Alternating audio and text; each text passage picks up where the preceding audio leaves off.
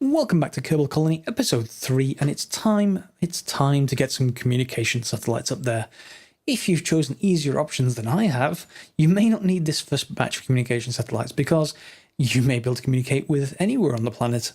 I can't, unfortunately, so I'm going to need to put something up there to be able to communicate. There aren't really any missions available for me at the moment, but if you do spot any missions, let's just look at this tracking station for a second. I did get a couple of these are the missions, these coloured examples, but I think, yeah, you see this track, this inner track here, this one. This was a mission. So if you can get a mission to send a satellite up in relatively equatorial orbit, doesn't have to be exact, because we can reposition it later. Let's get rid of you for a second. And then do so. Get lots of extra money for doing that. That was about 90,000, which when you're buying all your actual parts from the research as well as actually buying them when you put them on the rockets, is important. In our case, we're going to need to put some more up. Now, if you want to, you can go straight away for geostationary or geosynchronous. If I remember rightly, and don't quote me on this, but geostationary is when it's a fixed position in the sky. Geosynchronous, it goes around Earth at the same rate that Earth revolves. So it's sort of in the same place in the sky in terms of, well, it varies above and below the equator. If you project the equator up into the sky, it'll move with respect to that, but in the same place as Earth revolves. I think. Don't quote me on it. I can look at Wikipedia, but I'm not going to do it right now. Normally, you can, well, people often want to do that, but you don't need to.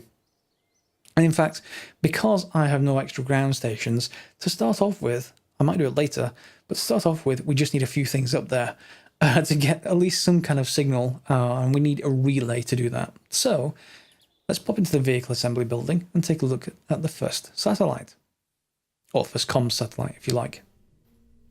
So in here, we've got a relatively straightforward rocket, a T-45 swivel with 3 800 fuel tanks. Nothing much to say about that.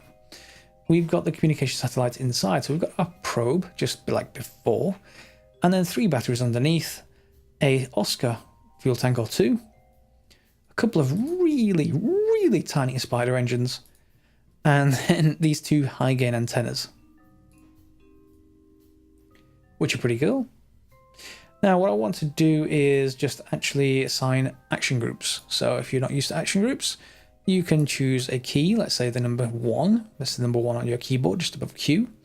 You can choose a part, and you can say what you want it to do. So in this case, extend antenna. I could choose toggle, but I'm not going to do it. In fact, yeah, let's just choose toggle antenna, because then I can take number 2, and you are going to extend the panel, and extend these panels. Note there isn't a toggle option because these panels don't retract again once you've actually expanded them. So once they're out, they're out. And if you want to try and come back through the atmosphere, they're going to burn off. Very, very, very easily, in fact. So that should do as our initial comm satellite. We can build a much better one later, but, you know, baby steps. One important part when you're building one of these is that you don't want to use either of these 2 antennas.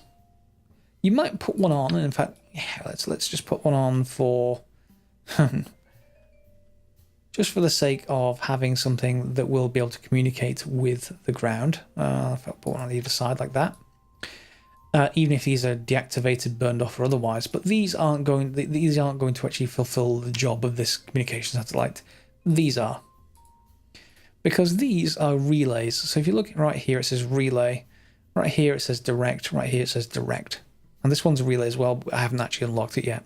This is a much longer range version. So you can see on the right-hand side, this is its range with level 1 tracking station, level 2, which is what we're on, so 10 gigameters.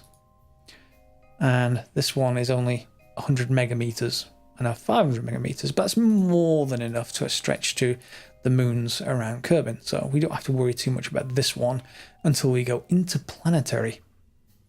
So let's just retract you. Put our rocket back. Where's the rocket? There it is.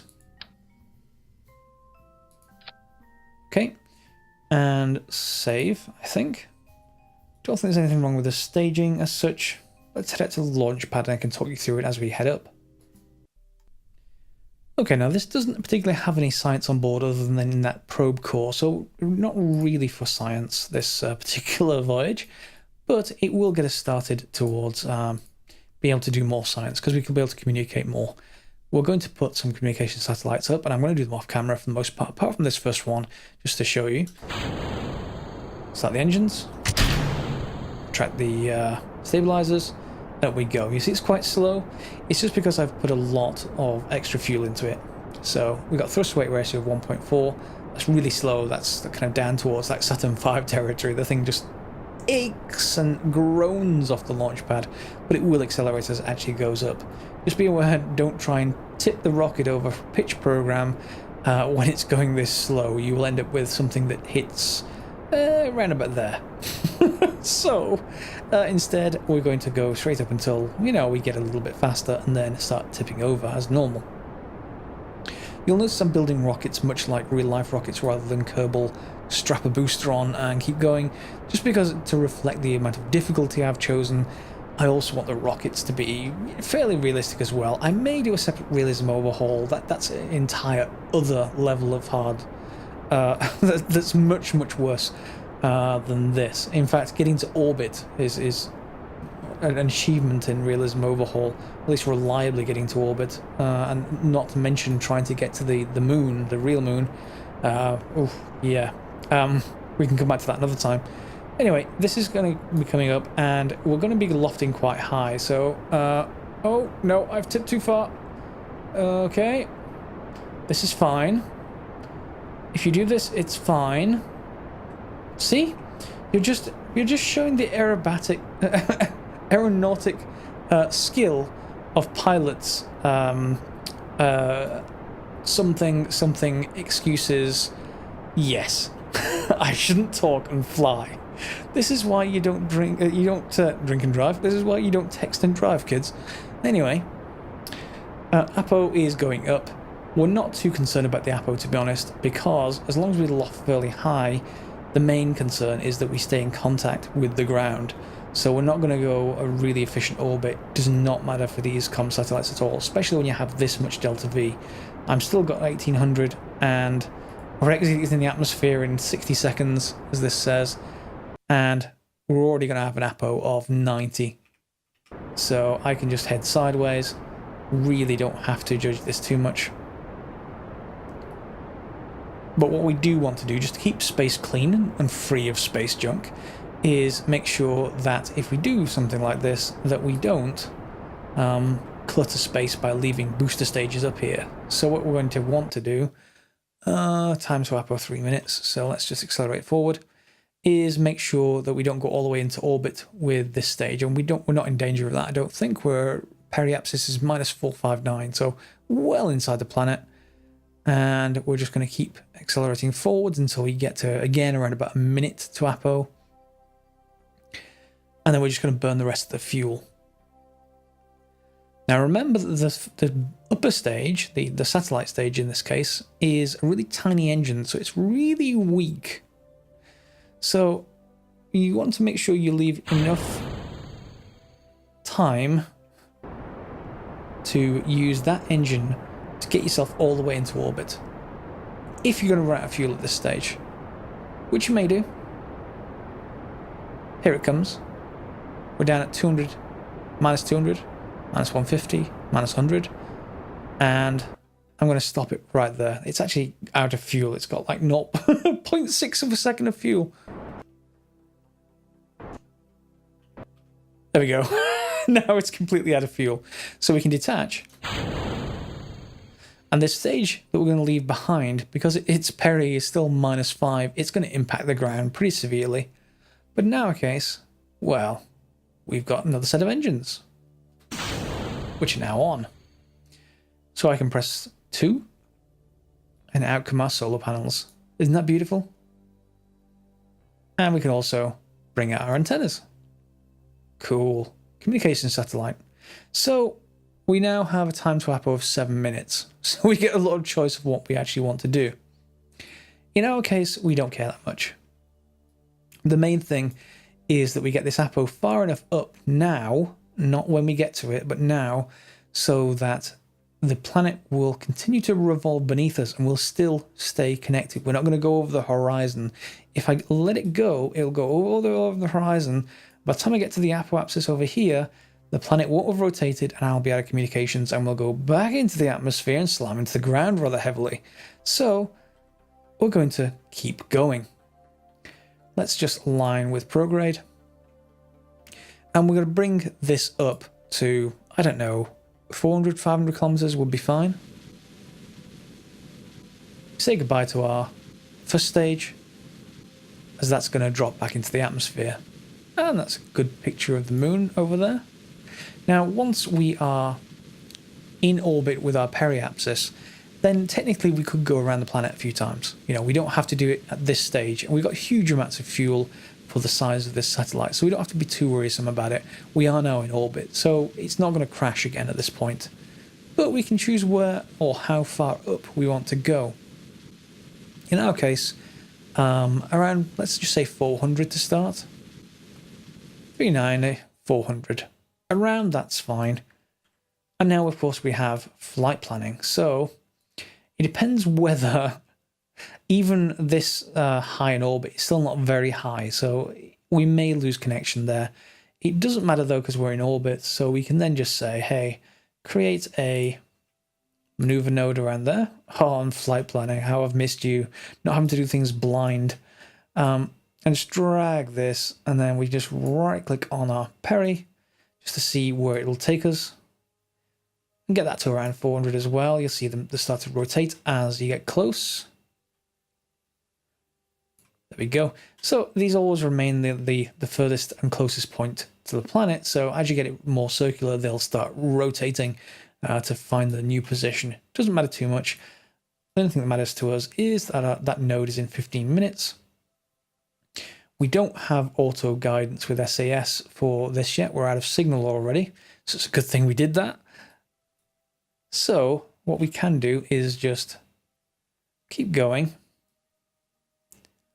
And I think we're going to have to go around the planet once. Or twice. Yeah. There we go. We're going to come back into signal range shortly, I imagine. Plenty of power because we have solar panels, and then we have signal range again. So again, we may have to go around again. It doesn't matter too much to us, other than we have to wait until we get close enough. And again, because, well, technically I can move this forward in the orbit because we've gone past it, so the node is like t plus 1 hours, so we're overshooting it by an hour or so. That doesn't matter because we just want the Apo part of the orbit. So here we are, there's the ground, so we should have enough connection to be able to communicate with it while we raise the other side of the orbit up. So it's coming around. And we can stop around here, I want to say. And then, well, in this case, it is nearly the same as prograde, so we can switch back to stability assist mode. I've got this neat little mod here called navball options. I'm not sure if that's a mod name, or maybe navball marker or something like that. Lets me increase the size of these blue and yellow things, the markers on the ball, and decrease the size of my current heading, so I can see or much more accurately position it right where I want to, and then just increase. And we can watch the other side of the orbit go. I don't have to worry too much, again, about where that maneuver node is going, because we're in the right place in the orbit, so it's not going to go terribly wrong at this point. And we're going to have a communications satellite. Now, if you want to get these roughly spaced, let's just stop it there. If you want to get these roughly spaced, what you can do is just look at your orbital period, which is not on that. Oh, there it is, orbital period. So an hour, essentially. So it's going to go around in 1 hour. So you could look at the clock and you can launch other communication satellites at equally spaced periods of time. You know, for example, divide an hour by 4, send 4 up, So, you know, you'd have 15-minute intervals between launching them, and you'll get them roughly right. You know, it won't be, you know, it won't be terrible. Just the main thing is that they can communicate with each other and the ground. Without exact positionings for geostationary, they will precess a little bit, so they will change relation to each other in the orbit because they're going a little bit faster, so they'll catch up to each other, and it won't be a perfect square again unless everything is absolutely perfect. However, that shouldn't matter that much, to be honest. If you've got a few of them, I probably am going to have to increase this quite a bit higher than where we are now. Not something I'm going to do on camera because obviously you've seen the process. You just want to be able to see the other satellites. So from here, if we did a 4-point, we could probably see that one, and see that one, and see that one, and see that one, and it'll be fine. But you may as well raise it up a little bit, take it up to, I don't know, about 800, but double this, and then you should be fine. You can even go with 3 satellites in a triangle at that point. No point really belaboring that point. It's straightforward, and we can do it in the future. So, and we're out of signal again. So we can go back to the Space Center.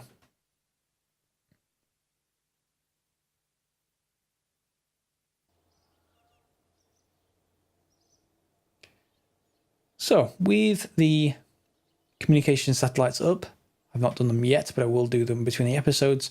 We're now going to want to send stuff out to the moons more regularly in preparation for colonizing them. One of the first things you need to do then, because colonization, you have to have a lot of science points.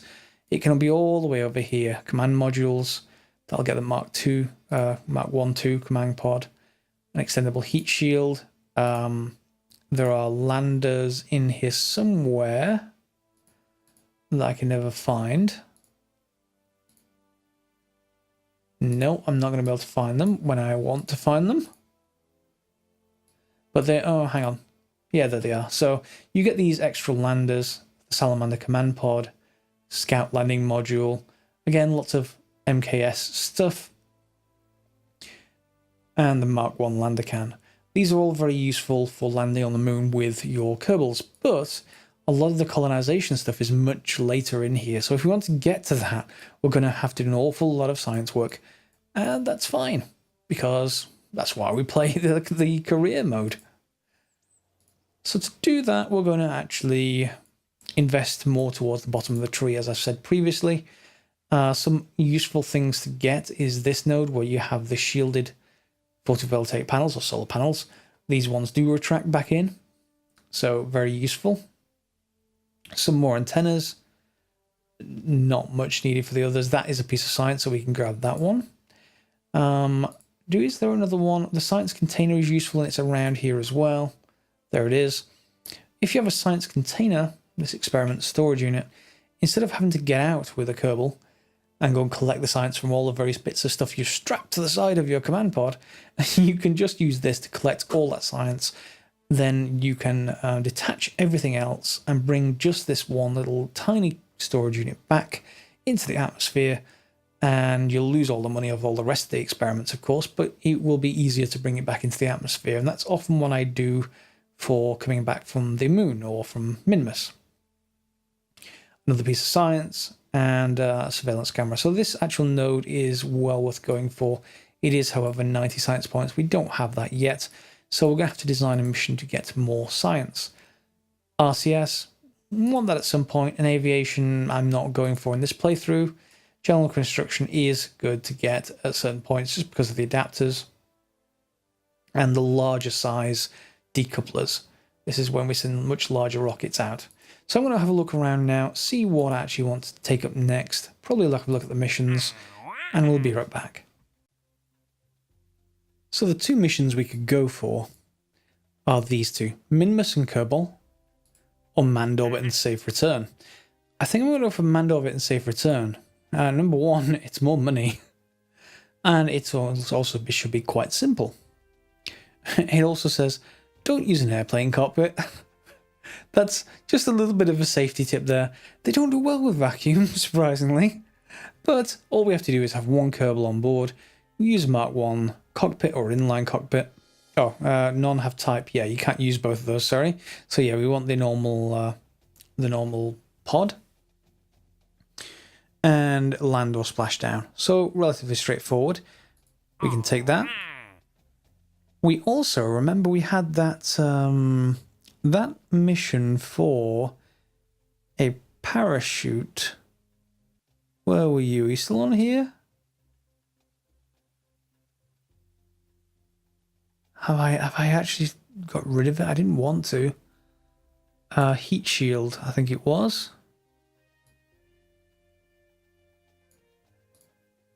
Nope, there it is. Okay. So this one is coming back down. We may be able to hit that. So let's give that a try, shall we? And if we can't hit it, we certainly will when we come back from a moon encounter. So we'll take that one too. Let's see what I've designed.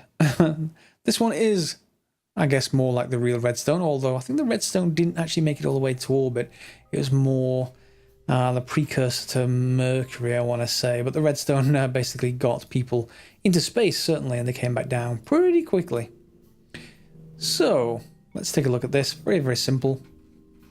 We've got the Mark 1 command pod. A couple of drogue chutes, which you don't really need the drogue chutes, but I've just put them on because of safety. Heat shield, which you do need, or you may need, depends how fast you're going to go with this.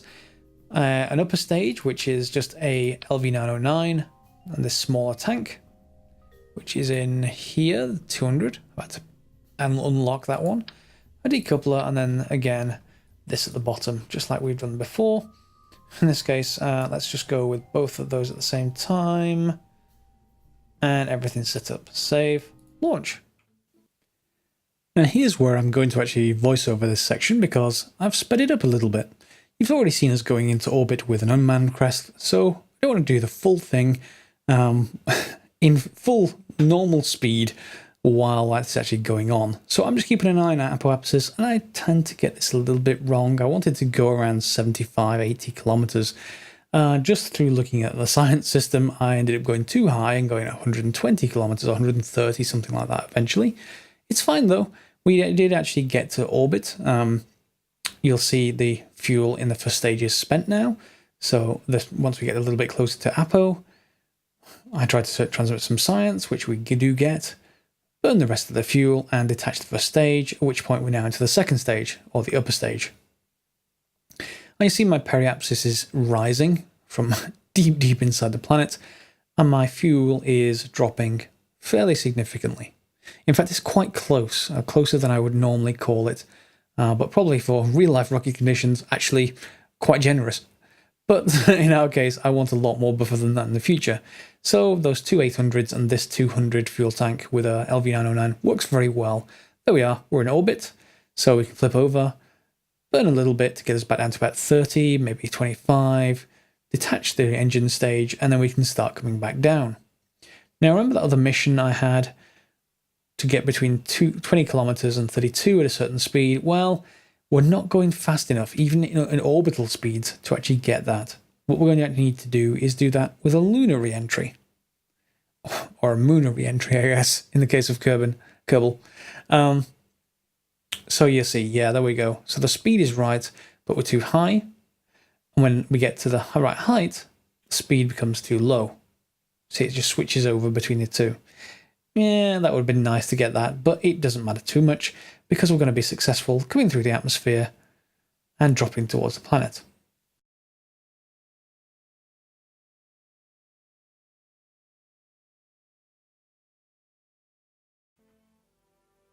So, with Jeb safely on the ground again, and with 1 star now, he's 1 out of 5 stars instead of 0, we now have over 90 science. So I'll be able to choose another node. I'm going to do that. I'm going to have a look at different ones, actually. I'm not quite sure which ones I want. Some of these are very, very handy, particularly up here in this section building spaceships. This is the bigger class of rocket, for instance. That's the 1 meter, is it wide? No, it's 2.5 meter wide, if I remember rightly.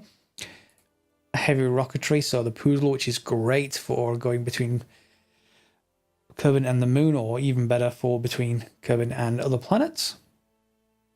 And down here we've got some science-related stuff that I want to get hold of, but I'm going to have a look through those options, because again, this isn't the same as vanilla.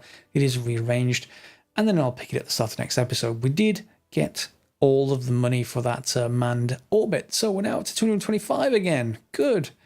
Still not enough to afford the vehicle assembly building upgrade. At the moment, there's a research science limit of 100, so I can't go any further up than this, because the next one is 160 science. Yeah, quite a bit to go. However, other than me glitching out the Kerbal Space Center, we can upgrade things like the astronaut complex if we want to. That'll get us to be able to perform EVAs and can place flags. Don't need it just yet, because the next step in the next episode is going to be visiting Minmus, I think, with an unmanned probe. And even more, we could fly right past Minmus and get another mission. Remember that other mission that I said we can get? Well, it says we need to go to Minmus, low in space, so under 30 kilometers, I think that is. And also, we need to go to the sun, or Kerbal. It's the nearby star to Kerbin. Which is, if we stop at Minmus and go into orbit around it, I guess we could brake for the sun, but it's actually fairly advantageous just to fly past Minmus on its sort of behind it as it orbits in the orbits around Kerbin, and then pick up some speed as we head back out into the solar system. And that probe will never come back. There is no chance. No chance of getting it back. So that's not going to be the one with the heat shield on for this other mission that we picked up. Anyway, we'll come to that next episode, and, well, we could even try a landing on Minmus as well. I'm not quite sure yet. We'll see once we get to that one. Hope you liked this episode. Feel free to like, thumbs up if you have. Remember, I am playing on a very hard difficulty, so if you follow through with this, you will be able to do things a lot easier than I'm doing it. So you may have a lot more luxury and a lot more funds to actually do all this stuff. If you haven't subscribed already, feel free to, or just leave comments in the boxes below and we can talk about any questions that you might have about this playthrough. Otherwise, I'll see you next time.